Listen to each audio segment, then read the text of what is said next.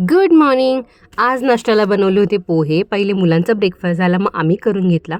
मग दीदी स्वयंपाक करत होती आणि तोपर्यंत big bro was performing his duty. साईला झोपवत होता तो आणि इकडे मशीन पण झाली होती आणि मी म्हटलं चला कपडे वाळत टाकून घेऊया. मला कपडे धुवायचा जेवढा कंटाळा येत नाही ना तेवढा वाळत टाकायचा आहे तो.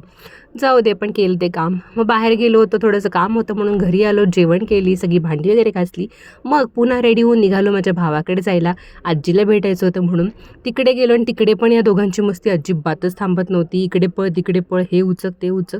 तस्मय असा होता की अरे काय चाललं या दोघांचं, आणि मला पण मस्ती करायची या झोनमध्ये तो होता. मग चहा वगैरे झाला, मग आम्ही परत घरी आलो.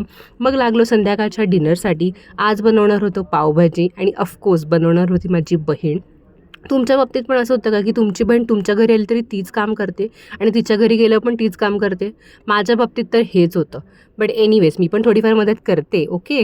त्यानंतर मस्तपैकी तिने पावभाजी बनवली होती, खूप टेस्टी झाली होती.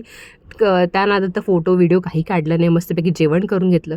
आणि या दोघांची मस्ती काही थांबायचं नावच घेत नव्हतं. हा त्याच्या मागे पळतोय, तो त्याच्या मागे पळतोय, त्याला ही वस्तू हवी, ह्याला ती वस्तू हवी आहे. हे कंटिन्युअसली चालूच होतं आमच्या घरामध्ये. आणि कशावरून तरी माझी देखणी बाई रुसून बसली होती, पण रुसल्यावर पण इतकी गोड दिसत होती ना की काय सांगू.